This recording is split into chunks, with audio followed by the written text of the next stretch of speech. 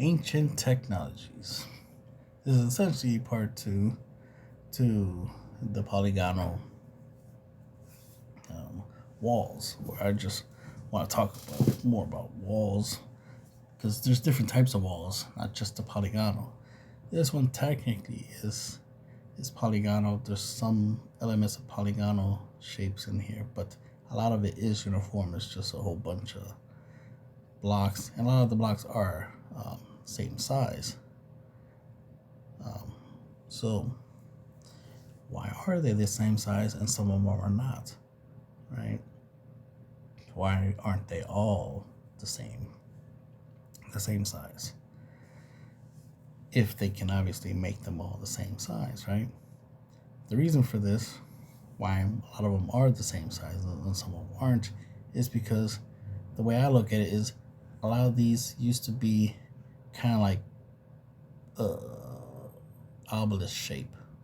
There used to be a big long, obelisk like stone, right, block, and then they cut it into smaller pieces.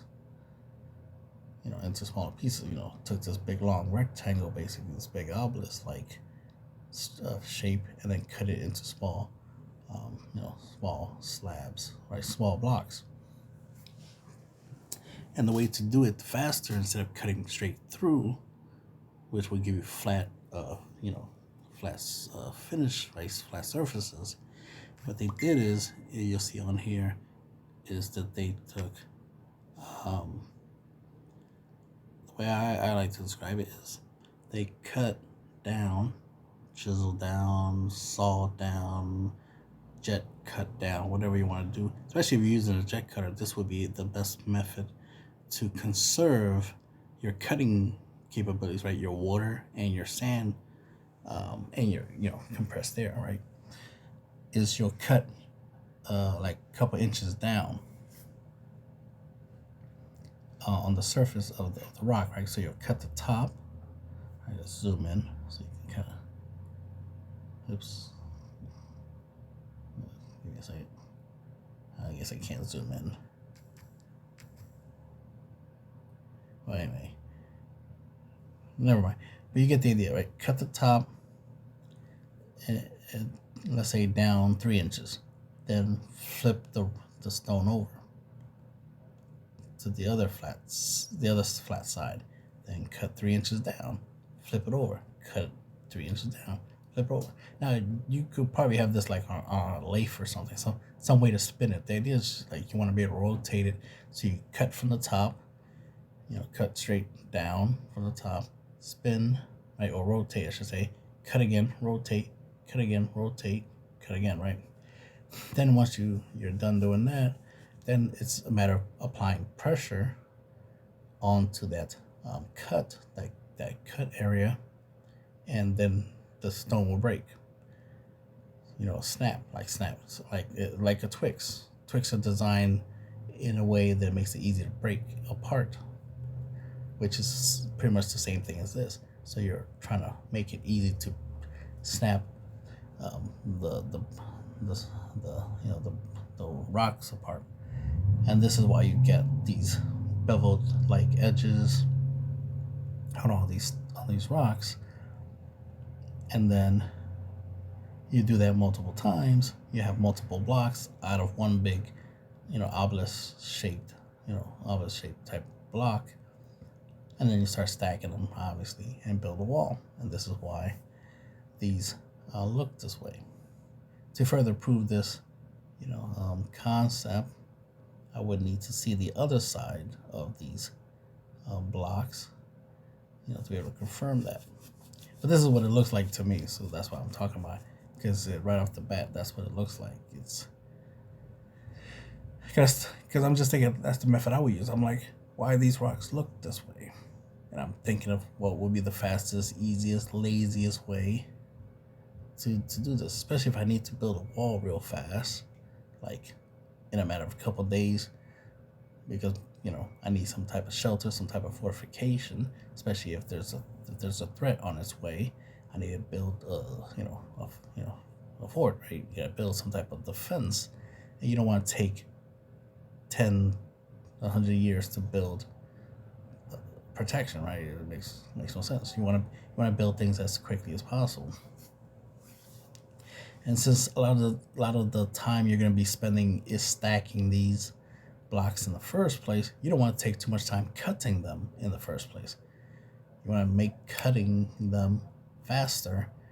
That way you have more time for the stacking and the lining it up and making sure everything's nice and neat, and everything works. And then of course, and then that's the other thing you gotta remember. I always think that, like, they gotta do things quickly and not take forever, because food, right? They're gonna need water, food. We're humans. We're not, superhuman. We're not Superman, right? We're humans, so we have limits. So it doesn't make sense to do things the hard way, especially when we have brains that can come up with easy ways of doing things. And this is one of the easiest way to cut big blocks of stone into smaller pieces of stones, and then build something with it. Because this also gives the impression that they didn't carve these big blocks and then cut them into small pieces. This to me is like they recycled. They found big monolithic, like obelisk or something. It's like, all right, let's take this, obelisk that has no markings on or anything like that. It's not like it has hieroglyphs or anything. It's just like these big giant slabs, pillars or just blocks of stone, and just cut them into smaller pieces, which one makes it easier to transport it because they're smaller, they're lighter, and then stack them together and make a big wall. Instead of trying to move the big slabs and then stack them, might as well cut them into small pieces and then stack them. So this is how I would do it if I'm trying to do it real quickly, which is why you got these walls that, don't look super pretty, other than those beveled edges, right? Those little flat, straight, flat surfaces. While everything else is still, rocky and broken, and that's why it will be like that. Let's see, more ancient walls.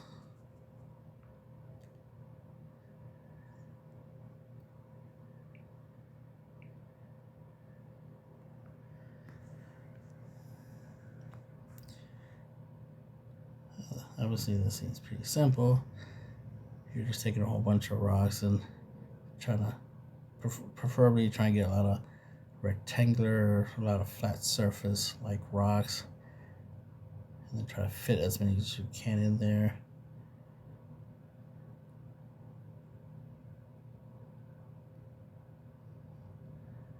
See, a lot of these have similar colors, so I won't be surprised if these all came from pretty much the same slab of rock, and it was broken into small pieces and then stacked on top of each other to create that.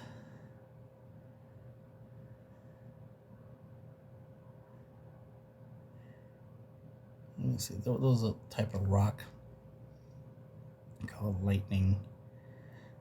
Some type of lightning rock. Let's see. Okay, that's about it. See if I can find anything else, any other type of structure.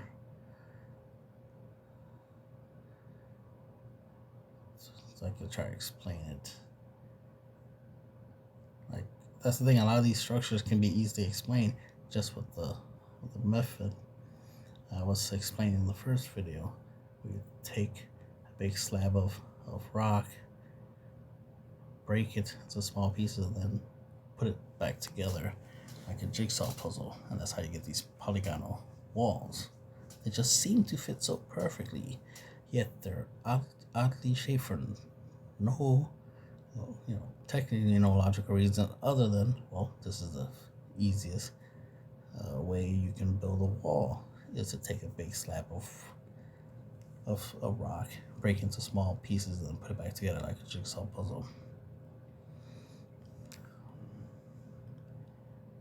Yeah. Apparently there ain't that many other types of walls, like different type of structures for walls.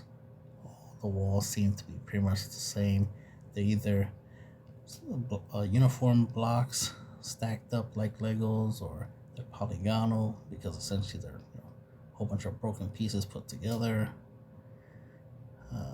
There is the hexagonal one, which we don't see. Even this wall right there, you see certain signs of symmetry. Like a lot of those rocks clearly look like they were from the same type of rock.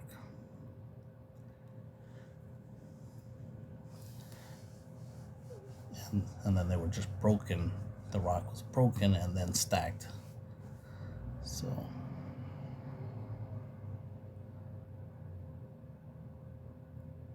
let's see, Machu Picchu, right? I don't see much else here.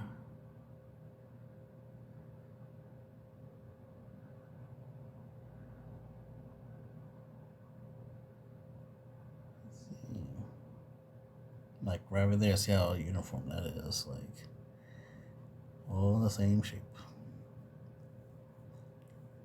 And of course they could also be cut from the same block, and they just took the extra time to cut it nice and uniformed, and then stacked them together like Legos, which is why they look like the way they look like. Where the edges are a lot, where the surface is a lot smoother. Over here is a glazed one. Looks glazed. Looks like they put some anti-graffiti. They put something on there, which I eventually figure out what it is that they put to make the surface shiny and whatnot. I think it's some form of resin. That's what I was thinking of. It was like some form of resin, like some type of tree sap mixed with some other stuff, maybe oils, and it creates a resin. So it makes basically makes the rocks waterproof, technically, among other things. It could be for the not just to make waterproof, right, for anti-erosion, but it could also potentially make it fireproof for other reasons, because a lot of these structures do sometimes look like they were on fire. So somebody was trying to burn these stone structures down at some point. Like clearly there was something massive happened. Somebody broke something. A lot of broken structures. And then people build stuff on top of it. See, because this shows like, yeah, we couldn't move these rocks, so we just built on top of them. We just took advantage that they were already there, and we just put a whole bunch of rocks around. So you see this like lazy construction where you're not just lazy, but it's low tech, because it's like, well, we don't have the ability to make everything pretty and perfect and to move everything. So it's like we gotta find the easiest way of doing things with the least amount of technology, right, or the least amount of advancements or advanced capabilities, or just use a less refined method. So let's use a simpler, more basic method, and this is how you do it. You just use whatever is already there and build something around it. Use it as part of the construction instead of actually trying to move it out the way and put something a lot prettier. Because ultimately what you need is the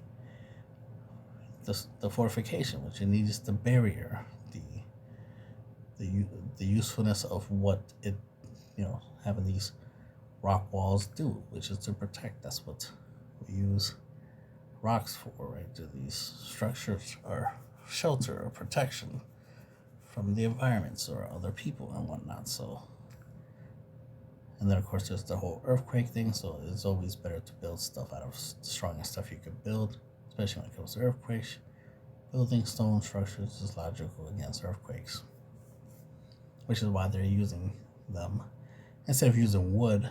And then of course, stone is a little bit more fire resistant than wood is, because wood is more, flammable. So that's other reasons why you would use stone instead. There's other factors like potential for installation and whatnot. um,